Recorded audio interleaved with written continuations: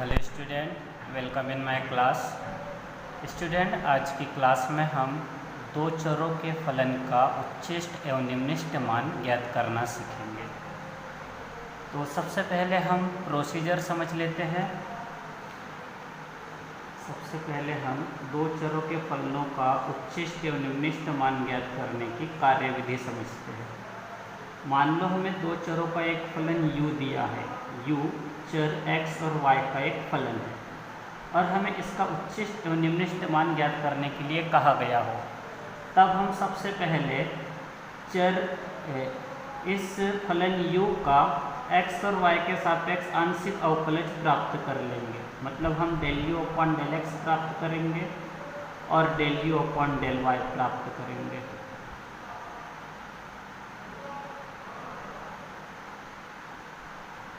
इसके बाद हम क्रांतिक बिंदु ज्ञात करने के लिए del u upon del x का मान 0 के बराबर रखेंगे और del u upon del y का मान 0 के बराबर रखेंगे। इन्हें हम समीकरण 1 और 2 दे देंगे। अब हम इन समीकरणों को x और y के लिए हल करके x और y के मान ज्ञात कर लेंगे। x और y के मानों से जो बिंदु प्राप्त होगा वह बिंदु क्रांतिक बिंदु या चरम मान बिंदु कहलाता है, या फिर उसको हम चरम बिंदु भी कहते हैं। यह वह बिंदु होता है जिस पर दिया गया फलन या तो उच्चिष्ट होता है या निम्निष्ट होता है। मतलब इसी बिंदु पर फलन का मान या तो सबसे अधिक होगा और इसी बिंदु पर फलन का मान या तो सबसे कम होगा। क्रांतिक बिंदु ज्ञात करने के बाद हम r equals to del square u upon del x square प्राप्त कर लेंगे। इसी प्रकार हम del square u upon del x del y प्राप्त करेंगे, जिसे s से रिप्रेजेंट किया जाता है। और उसके बाद del square u upon del y square प्राप्त कर लेंगे और इसे हम t से रिप्रेजेंट करेंगे। r s t के मान प्राप्त होने के बाद हम क्रांतिक बिंदु पर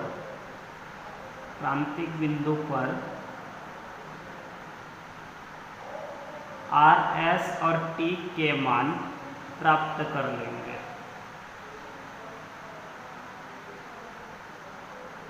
क्रांतिक बिंदु पर r s और t के मान प्राप्त करने के बाद हम r t minus S square प्राप्त करेंगे। अगर क्रांतिक बिंदु से प्राप्त r s t के मानों से r t minus S square प्राप्त करेंगे और वह मान अगर 0 से बड़ा हो, मतलब धनात्मक हो,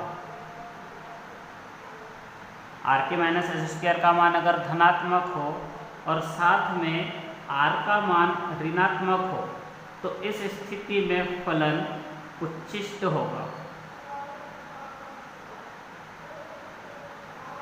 और यदि r t minus S square का मान धनात्मक और r का मान भी धनात्मक हो, तब फलन निम्निष्ट होगा।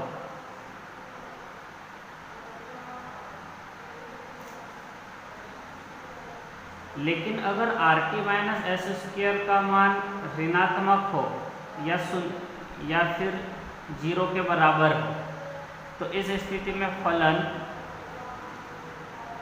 अगर r t minus S square का मान शून्य के बराबर हो, तो फलन न तो उच्चिष्ट होगा और न ही निम्निष्ट होगा।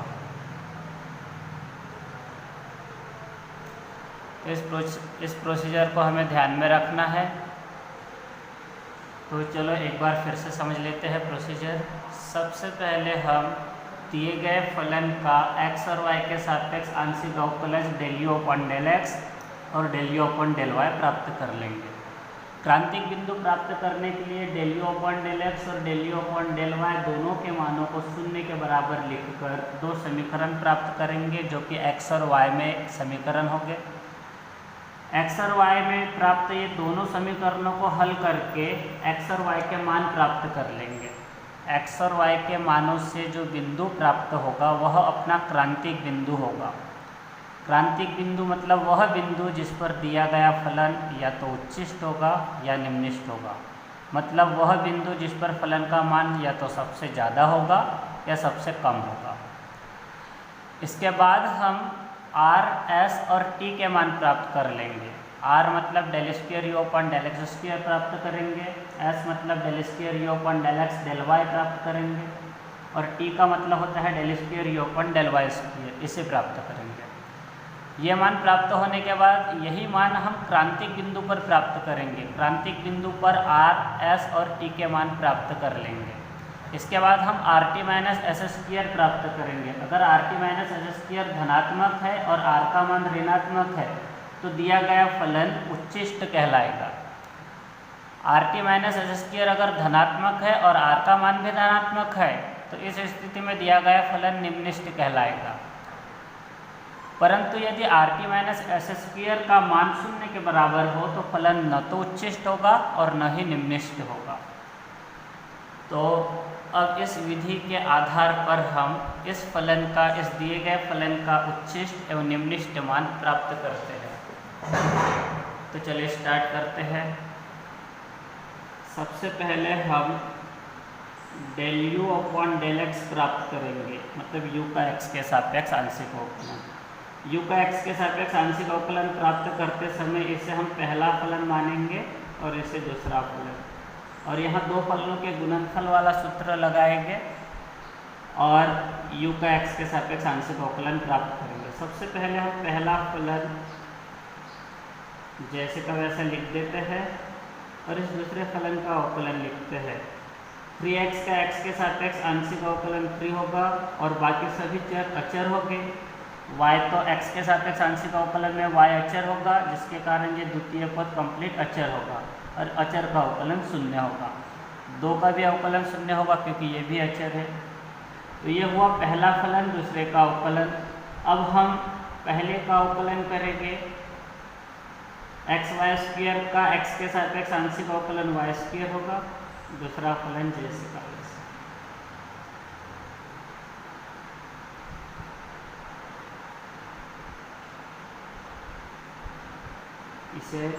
इसके बाद हम del u upon del y भी प्राप्त कर लेते हैं। इसका y के सापेक्ष आंशिक अवकलन, पहला फलन जैसे का वैसा, दूसरे का अवकलन। इसका y के सापेक्ष अवकलन 0 होगा, इसका y के सापेक्ष आंशिक अवकलन 6, इस पद का y के सापेक्ष आंशिक अवकलन 0। ये हुआ पहला फलन, दूसरे का अवकलन। अब हम पहले का अवकलन करते हैं, दूसरा फलन जैसे का वैसा लिखेंगे। ये पहले फलन का y के सापेक्ष आंशिक अवकलन 2xy, और ये दूसरा फलन जैसे का वैसा लिख देते हैं 3x + 6y - 2। इसके बाद हम क्रांतिक बिंदु प्राप्त करने के लिए, मतलब u के उच्चिष्ट एवं निम्निष्ट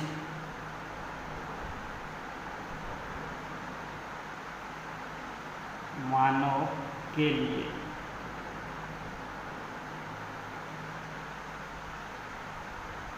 del u upon del x का मान 0 के बराबर लिखेंगे और del u upon del y का भी मान 0 के बराबर लिख देंगे। Del u upon del x equals to था 3xy square plus y square 3x + 6y - 2, इसे हम 0 के बराबर लिखेंगे। चाहे तो इस समीकरण को हम इस प्रकार से भी लिख सकते हैं, y square 3x + 6y - 2 equals to -3xy square. इसे समीकरण 1 दे देते हैं। इसी प्रकार हम del u upon del y का भी मान 0 के बराबर लिखेंगे। 6xy square plus 2x 3x + 6y - 2 equals to 0। इस समीकरण को चाहे तो हम इस प्रकार से लिख सकते हैं 2xy 3x + 6y - 2। इस टर्म को सेकेंड साइड में लेके आ रहे हैं -6xy स्क्वायर। इसे समीकरण 2 दे देते हैं। अब हम इन समीकरण 1 और 2 को हल करके x और y का मान प्राप्त कर लेंगे। और x और y के मान से जो बिंदु प्राप्त होगा वह अपना क्रांतिक बिंदु होगा, जिस पर फलन का मान या तो उच्छिष्ट होगा या निम्निष्ट होगा। तो समीकरण 1 और 2 को हल करने के लिए हम समीकरण 1 को समीकरण 2 से भाग देते हैं। समीकरण 1 को समीकरण 2 से भाग दे देते हैं।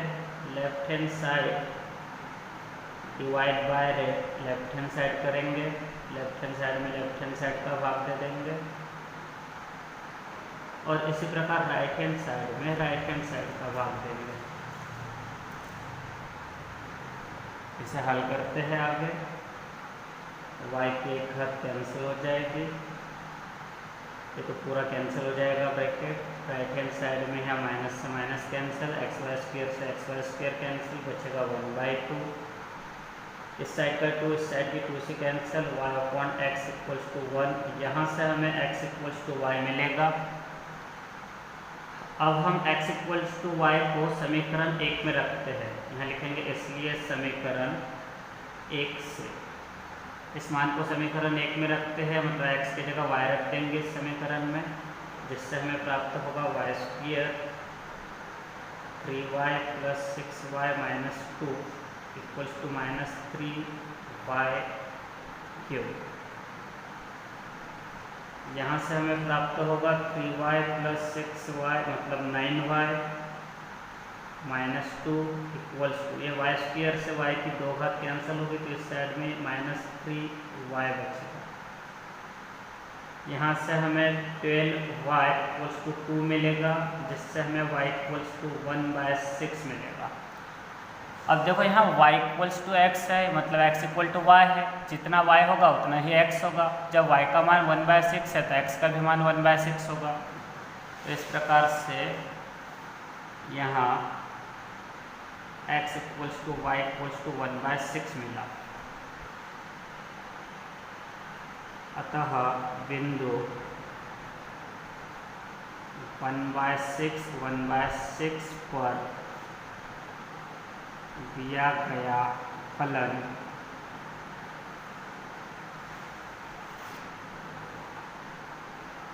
या तो उच्छिष्ट होगा या निम्निष्ट होगा। अभी हमें यह कंफर्म नहीं हुआ है कि दिया गया फलन एग्जैक्टली है क्या, उच्छिष्ट है कि निम्निष्ट है। बस हमें इतना पता हुआ है कि फलन इस बिंदु पर उच्छिष्ट हो सकता है या निम्निष्ट भी हो सकता है। तो हम अब पता लगाएंगे कि फलन इस बिंदु पर क्या है, उच्छिष्ट है कि निम्निष्ट है। इसके लिए हम r का मान प्राप्त करते हैं। अब r equals to del square u upon del x square equals to del upon del x, और इसको लिखते हैं del u upon del x लिख देते हैं इसको। ये हो जाएगा del square u upon del x. ये डेल अपॉन डेल एक्स जैसे का वैसा लिखते हैं और del u upon del x का मान रख देते हैं। Del u upon del x का मान निकाले थे हमने, इसको यहाँ लिख देते हैं 3xy square plus 3xy square plus 6y cube minus 2y square.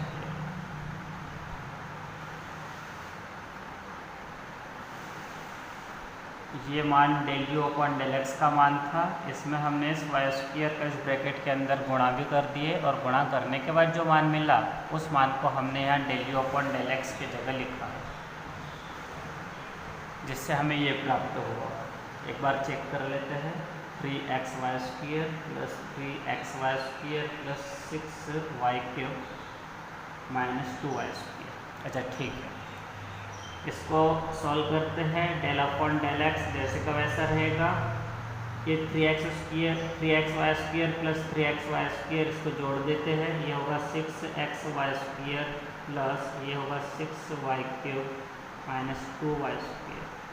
अच्छा देखो, ये आंशिक अवकलन x के सापेक्ष आंशिक अवकलन है, और जब x के सापेक्ष आंशिक अवकलन करते हैं तो y को अचर माना जाता है।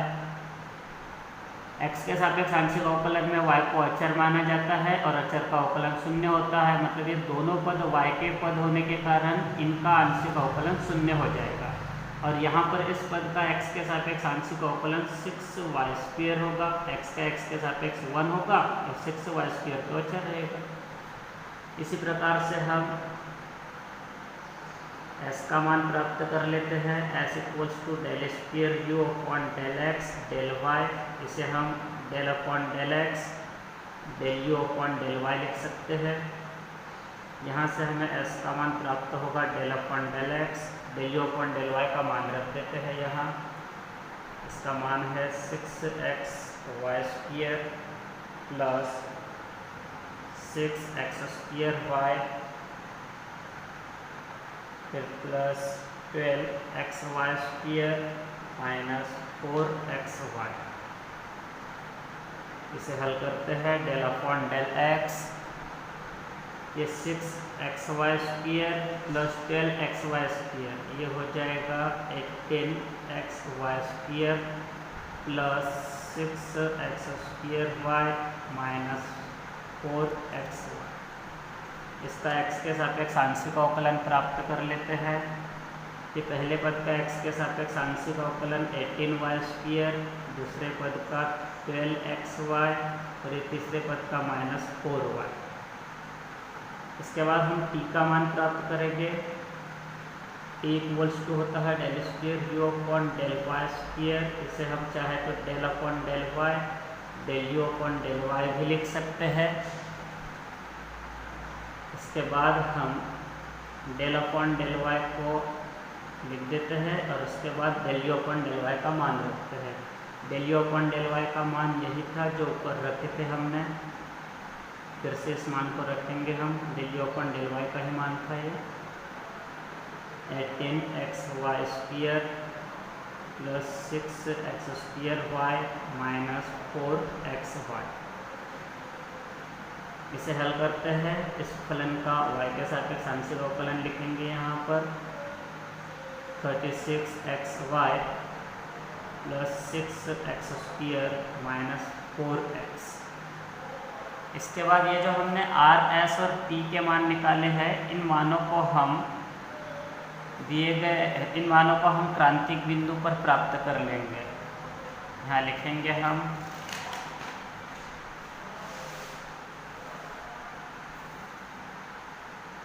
ये बिंदु क्रांतिक बिंदु था अपना 1/6 1/6। इस बिंदु पर r का मान प्राप्त करते हैं।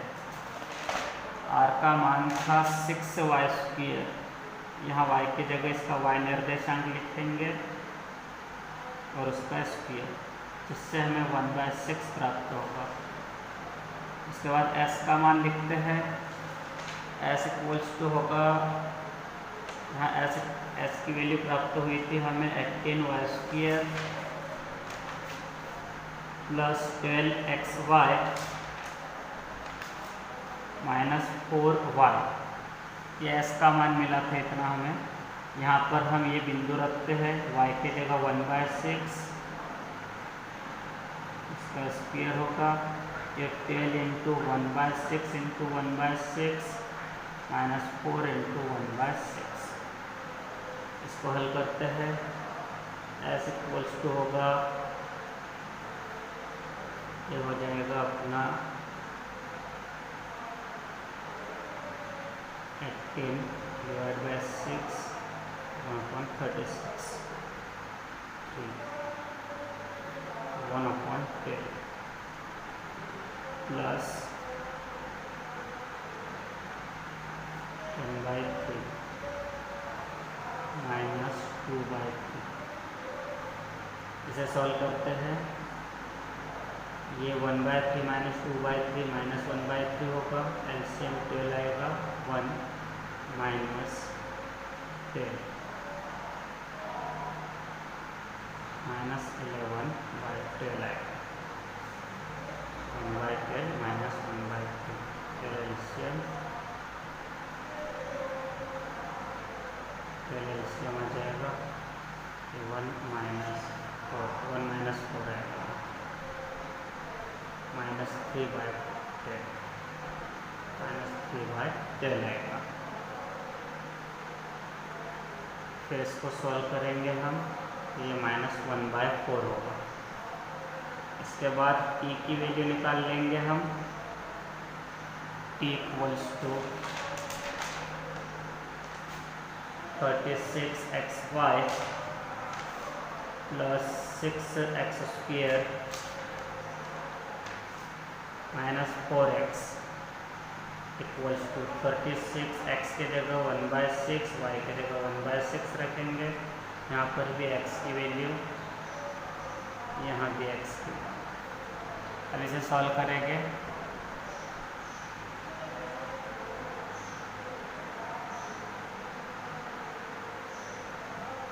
चलो सॉल्व करते हैं इसको।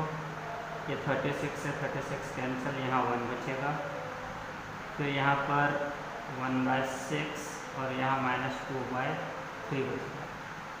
इसे सॉल्व कर लेते हैं। कैल्शियम 6 आएगा, 6 + 1 -4, 7 - 4 मतलब 3/6, 1/2। इसके बाद हम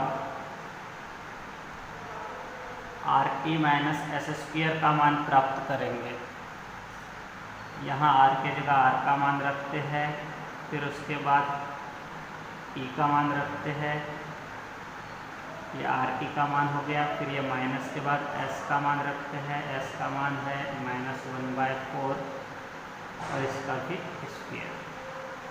ये 1/12 - 1/16,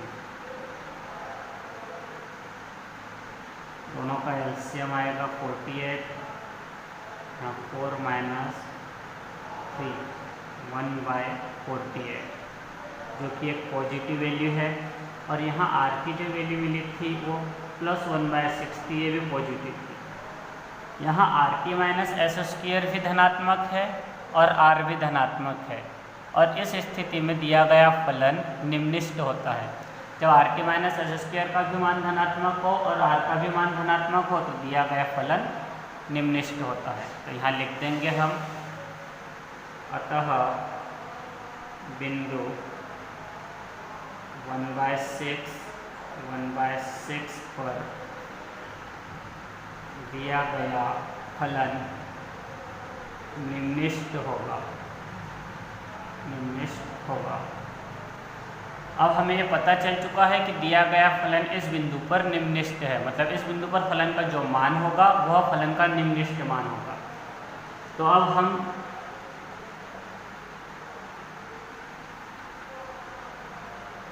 फलन u का निम्नलिखित मान प्राप्त कर लेते हैं। निम्नलिखित मान, इस बिंदु पर जो फलन का मान होगा वह फलन का निम्नलिखित मान होगा। इस बिंदु पर अब हम फलन का मान प्राप्त करेंगे जो कि फलन का निम्नलिखित मान कहलाएगा, और उसे हम u मिनिमम से रिप्रेजेंट करते हैं। तो देखो u का मान क्या था, u का दिया गया मान था xy² bracket of 3x + 6y - 2, ये u का दिया गया मान था। इसमें हम यह बिंदु रखकर u का इस बिंदु पर मान प्राप्त करेंगे जो कि u का निम्नलिखित मान होगा 1/6 का होल स्क्वायर, और यहाँ 3 × 1/6 + 6 × 1/6 - 2। ये हो जाएगा 1/36 × 6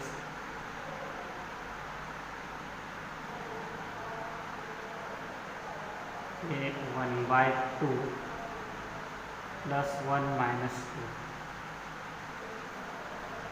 1/216,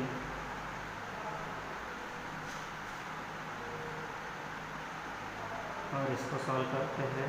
ये 1/2 - 1 होगा, मतलब ये -1/2 - 1/2 × 1/216 =1/432।